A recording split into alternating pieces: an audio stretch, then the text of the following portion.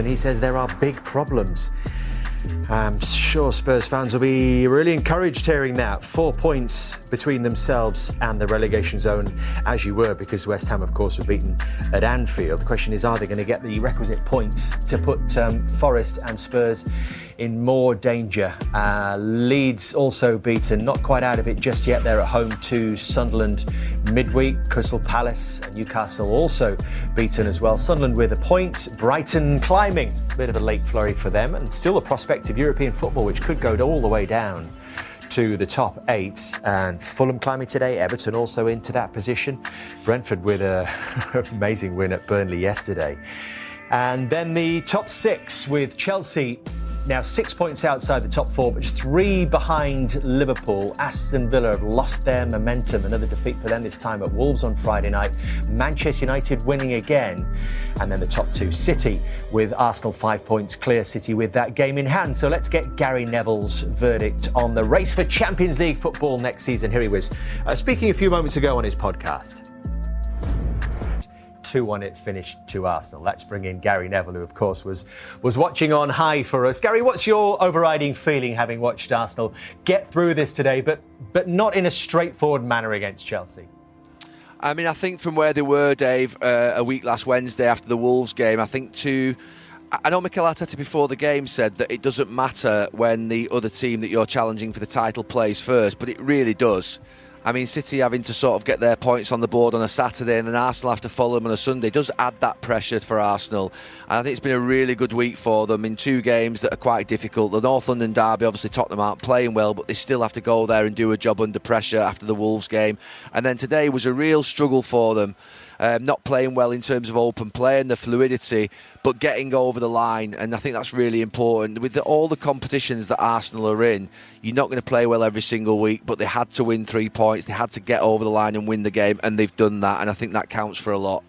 Gary, the bigger picture, of course, is Arsenal winning their first Premier League title for 22 years. If they are to get there, what is it that they will be leaning on in these last 9 games, do you think?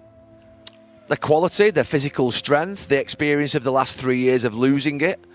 I mean, they surely have to sort of look upon what's happened in the last 3 years. They know this is going to be hard work.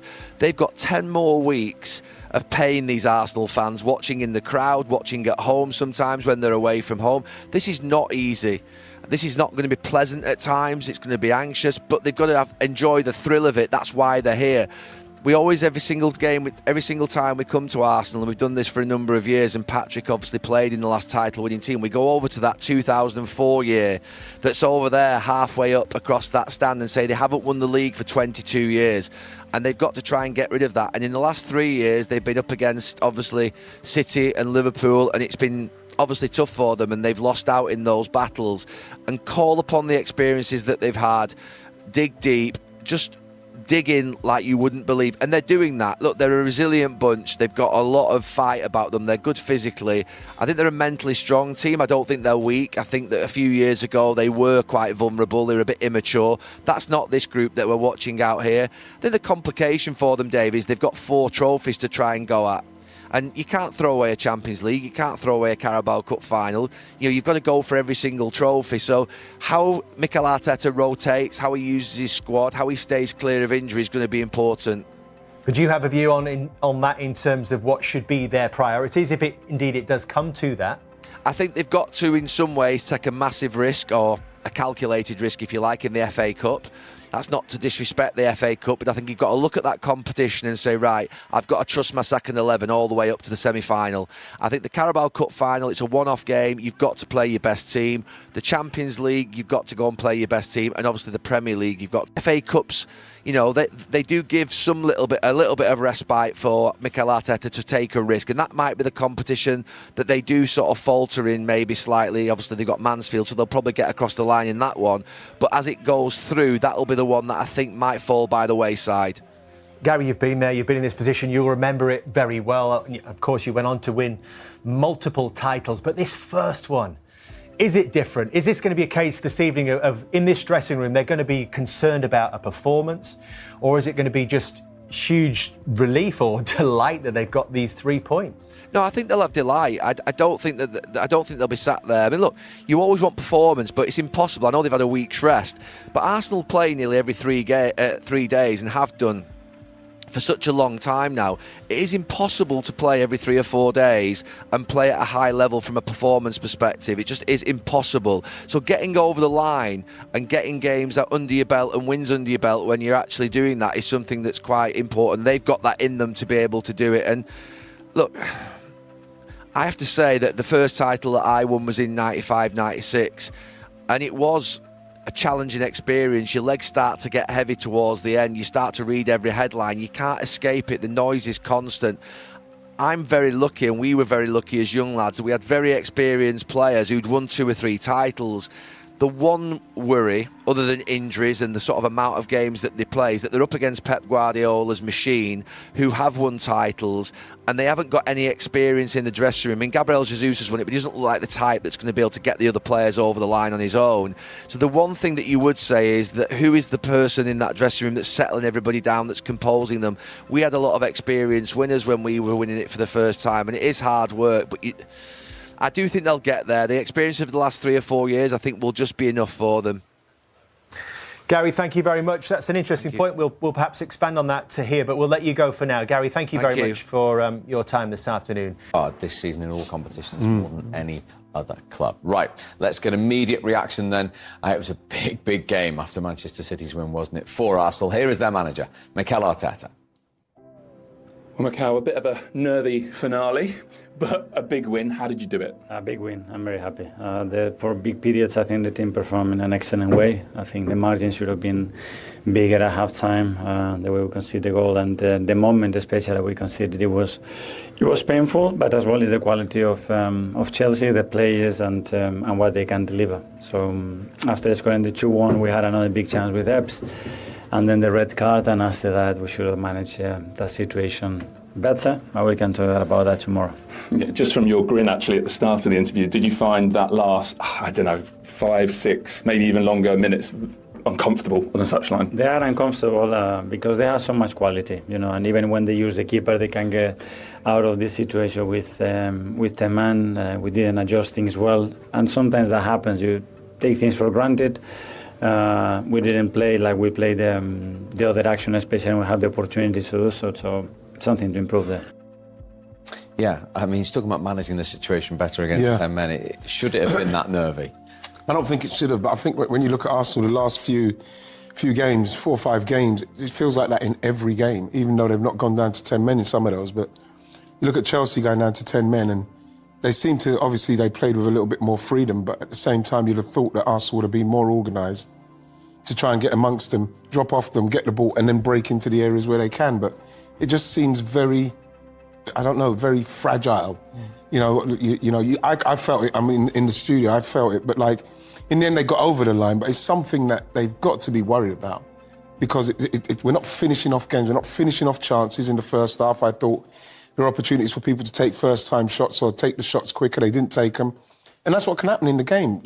If the game goes like that, whether you go to 10 men or not, Gaffer, if you don't take the chances, and it's one, the other team will get back in it, 10 men or 11 men. Yeah, Mikel was saying about we've got to learn, but they went down to 10, they went against 10 men at the bridge. Yeah. So they haven't learned how to, and they got a point there. And Chelsea actually should have won that game. Again, they created quite a bit with 10 men. So they hadn't learned. They had a chance to learn. What would we do if it happens again?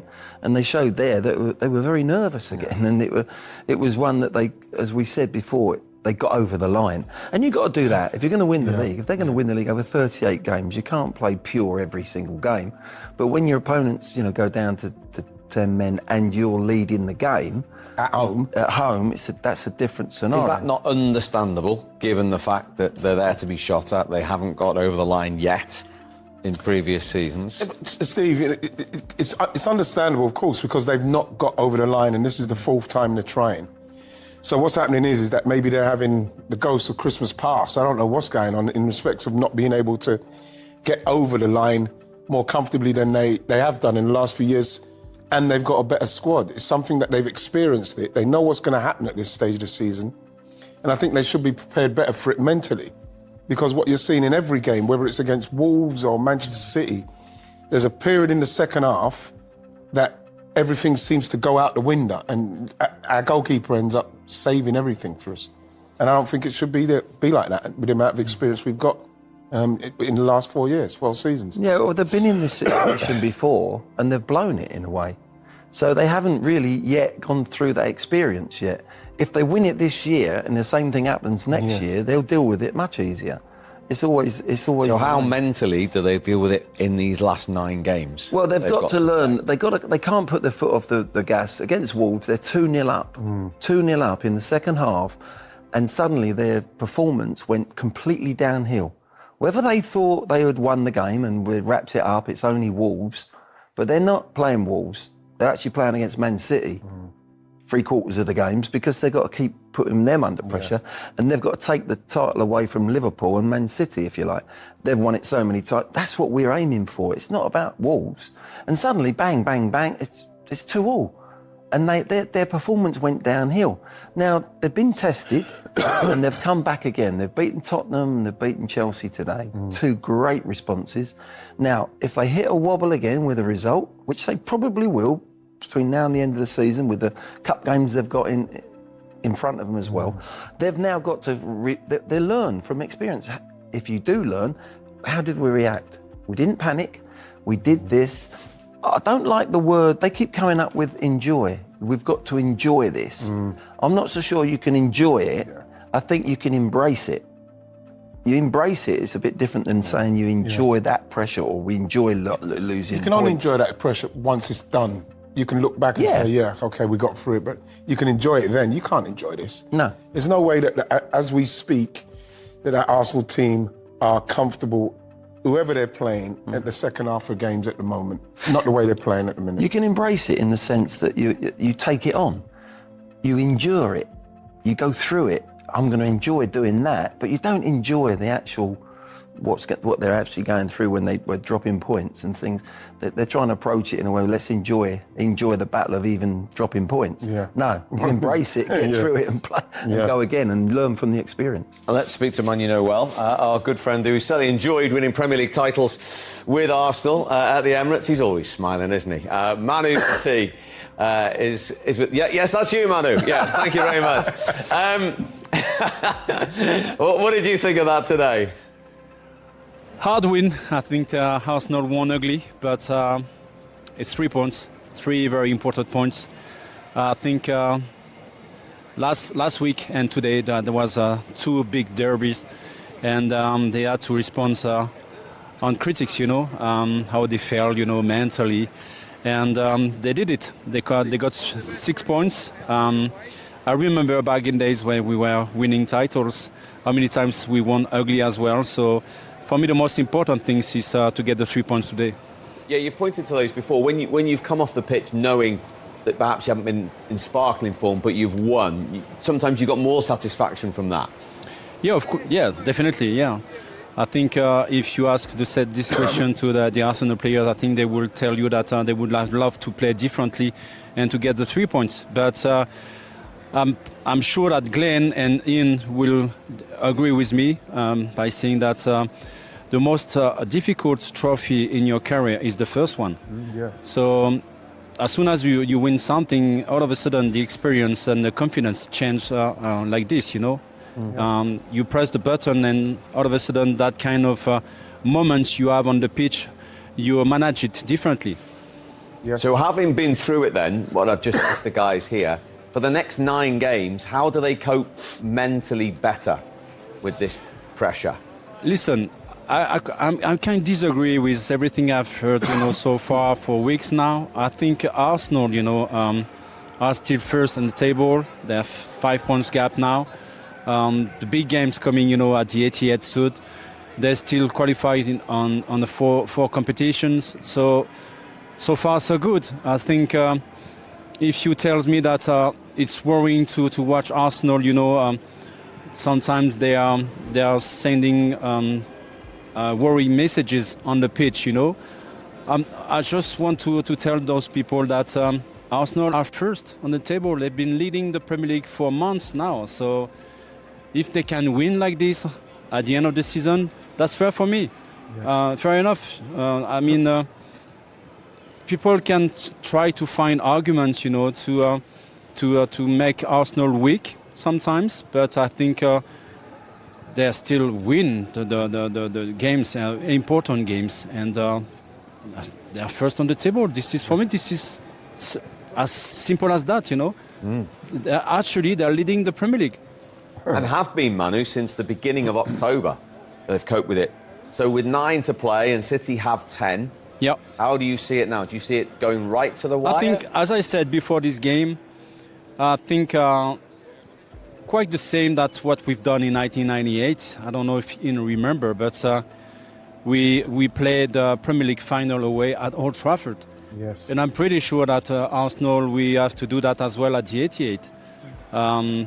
I'm not sure that Arsenal will win every single game until the end. I'm not sure that City will do that as well. They have so many games to play.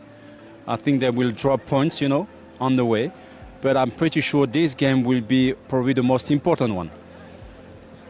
Great stuff. Manu, great to see you again. Thank Love you, Manu. Indeed. Nice to see you, Manu. Lovely to see you again. Manu Petit at the Emirates. Big win for Arsenal. The other side of the story is a first Premier League defeat for Liam Rosenior as the head coach of Chelsea.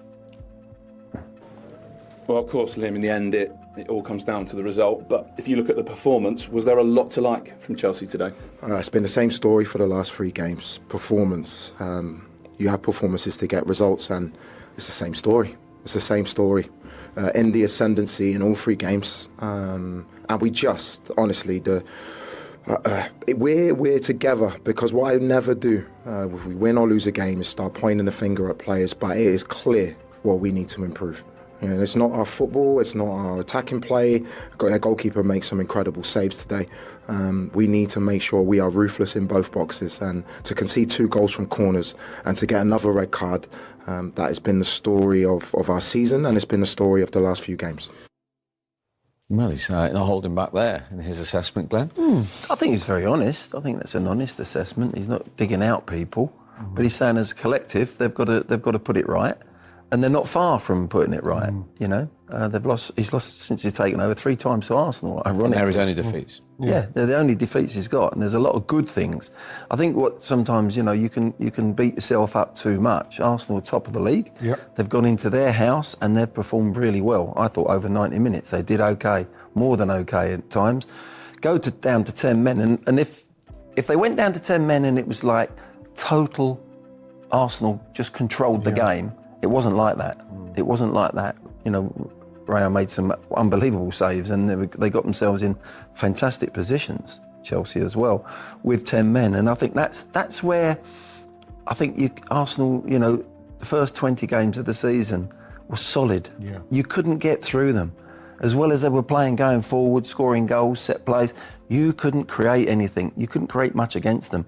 My word, that's not the Arsenal at the moment. At Wolves, at Brentford, today, that you can get at them. That's why there's a bit of nerves hanging around in that stadium at the moment. And Ian's saying what he's saying, and so there is although they're top of the league, there's a story behind the story.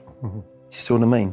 They're opening. Is that forward or just at the end of the book? Well, that's a good point. I think we're just about going into the back 9, as I said. 9 games to go. Let's say we're going into the back 9 in a major on a Sunday. Yes. What do you think about Chelsea since Liam Rosenior came in? I think they obviously look like they're doing a lot of work on the training ground in respect to what they're doing. They look very sharp. I think that there's still a team that's very much, especially coming away to someone like Arsenal, that will play on the counter-attack. Even though they have got players who can, for me, like we saw when they went down to 10 men, they can easily play through a team. I don't know how they're going to do that with that goalkeeper, if I'm totally honest, because I think that there's so many opportunities where he probably will cost them, and he could have cost them today, but I'm looking at a Chelsea side that only need maybe a couple of experienced players, especially at the defence. I think they definitely need a goalkeeper. I think the midfield's fine. Up front, maybe. Another top striker if they can get that. But I think 3 additions to that team, and I think they're starting to challenge. No trouble. No problems at all. Yeah, it's the goalkeeper. I would disagree a little bit over the season. He's impressed me during the start of the season. He's saving. He's done some good things with his feet. I'm looking from last season. I'm thinking, wow, he's improved. He's got better. He looks more assured. He's simplifying. You're not going to ask game. you though, don't you? No, but today, from the first... Can you win a league title with Robert Sanchez? Well, possibly not. And they're not ready to win the league title at the moment, at this moment in time. Outfield and goalkeeper. But going to where they want to be... Well, if he kept improving, yeah. But today, from the first minute when he gave the ball away on the edge of the box, he got away with it, didn't he? Do you remember? First minute. Yeah. He went back to how he played last year, instantly. So that consistency, if he thinks he's cracking it, no, he's got to go back to basics again, because he has improved. Whether you can win a league with him is another issue. I understand what you're saying, Ian, completely. But I think you've got to give credit where it's due. If you analyse his games this season, he's made some unbelievable saves and saved points. Rather than giving points away, which he was doing last year, he's actually saved them points. That's when you've got a good goalkeeper. Yeah. When they're saving you points rather than giving points away. Look at Man United, the goalkeepers they've gone through recently that were giving points away. And now they've got a steady goalkeeper. They've got a basis to go on.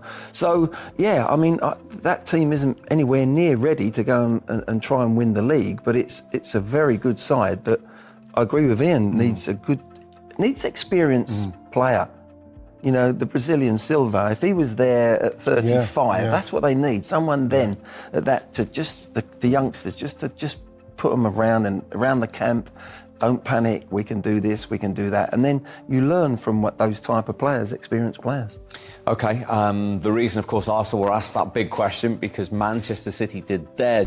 United have got difficult games, but they've got a free programme, they've got the momentum, they look dangerous. I actually think against the good teams, they're very dangerous on the counter-attack with Ahmad, Sesko, Mbeumo, Cunha, Bruno. So I actually think those games suit them. I think United will definitely finish third, but I'll probably sat here in 3 weeks on the Gary Neville podcast, which I said wasn't very good before, which is a bit in the game. No, I think United will finish third, and I can't believe I'm saying that from where we were 6 weeks ago, but I just think they've got no distractions. They've got something good going, the momentum's with them. All the teams have got difficult games. They've all got difficult games. They've all got a challenge in front of them. I think United finish third. I think Liverpool finish fourth. And I think Chelsea will finish fifth. I hope Villa finish in the top five. I really do. And look, I've said before, their manager is an experienced, wise guy. And if they get some players back, but the midfield players being injured have cost them a bit in the last few weeks. And I just feel like it'll be Chelsea, Manchester United and Liverpool. The only doubt will be Chelsea or Villa. Chelsea or Villa for fifth is my view. I think it's United, Liverpool, Chelsea or Villa. Clear as mud. Is that how you see the top four, Daniel? Manchester United and Liverpool? I do think so, yeah. It's going to go down to the wire, though, isn't it? Villa, I love the coach, I love the players, what they've got going on over there, of course. Chelsea, if they figure it out and they show their best, they're capable of beating everybody. But Liverpool and Manchester United, I think, are in a better position at the moment, maybe psychologically. I think Chelsea have had their concerns and Aston Villa in a little bit of a difficult patch. But I think it goes down to the wire. I don't think it's going to be one of those where we can be making statements now, because these players and the top coaches as well, they always find a way. 6 wins out of 7 for Michael Carrick in charge, but Gary hasn't changed his position. You might remember when we were here. Watching Manchester United beat Arsenal, it was a case of wait, see what else is out there. You still agree that's the right approach? I think, of course, you don't want to rush making a decision, but you have to give him a lot of credit, because Gary was talking about calmness around United, and I think the manager brings calmness and he brings result. So he's doing a good job, and I think that is something that we have to talk about, because it's always difficult when you come into a new club where the teams are not doing well. So that means you need to relieve the confidence of the players. You need to find a system that suits those players to perform, and I think he did it quite really well in a really short time of period. And really anything but calmness, Patrick, around Crystal Palace, your old club right now. Is it a bit of a shame, do you think, the way it's sort of finishing and tailing off a little for Oliver Glasner? Yeah, I think it is a shame. It is a shame because he did a fantastic job winning the FA Cup. and giving a lot of hope to the fans, and really build a strong team, physically really strong and competing quite really well. I think Crystal Palace is a really difficult team to play against. And going from winning the FA Cup, seeing the celebration, and seeing where they are now, and a lot of confusion around the club, around the manager, around the players, it is a shame for the club, because it is a wonderful football club. And as for Spurs, Daniel, in a bit of a pickle. No win in 10, 2 defeats under their new manager. Would you be worried about them right now? I think you have to be. You have to be worried, but they've got so many talented football players in the team, and you sort of think they've got to have some moments within themselves. They have to figure out a way to bring their best, because there's so much talent. It's just, you know, they're not playing to the level they can. They know that too. There's a lot of international guys, top players who have done things in different leagues and have had success here. And I just think that it's surprising to see where they are. It is surprising. I'm sure they're going to be disappointed with how things are going at the moment. And yes, managerial change and all those different types of things, but you got to build this momentum, man. You got to find a win. Why are you smirking, Patrick? You must have some words, some words of encouragement for Spurs fans. No, I think it is sad, of course, because we're talking about one of the greatest clubs in London and in the Premier League. But in the last couple of years, I think this is a club that spend a lot of money with no structure, with no direction, and with quality players. So that means if you don't have a proper structure, if you don't have a direction, you can have or spend much money that you want, that doesn't bring you success. And last couple of years, I think, try to understand where they want to go. It is really difficult to explain.